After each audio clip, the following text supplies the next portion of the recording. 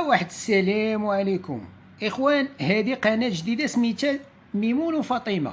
يا ريت توقفوا معايا وتشاركوا في القناه وتتفرجوا وديروا لي لايك. يلا درت هاد القناه وخصوصا نتوما يا العيالات. الله يحفظكم ويخليكم لينا. راه دائما نتوما تتوقفوا مع الناس. راه ان شاء الله غادي يكون ان شاء الله غير الكوميديا والدراما ويكونوا حلقات. راه خاصني غير تشجيعكم والله يحفظكم ليا. وها هي واحد القصه قصيره نقولها لكم. ايوا سيادي نعاود لكم واحد القصه. في الصباح والشتا والبرد قاصح.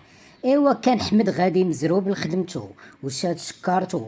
وواحد اللحظه هو يشوف واحد الشيباني مسكين جالس في الزنقه كيترعد من البرد وحداه واحد المشيشه صغيره كتنوح من الجوع.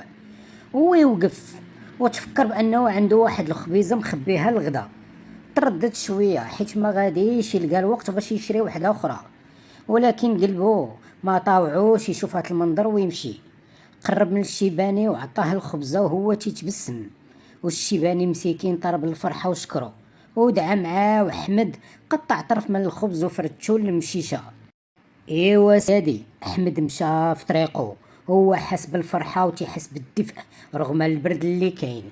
ايوا في العشيه رجع للدار ولقى جارو كيتسناه بالطبسيل سخون ديال الرفيسه ما شهيتكم فيها، وقال ليه مراتي طيبت بزاف اليوم وبغينا نشاركوك.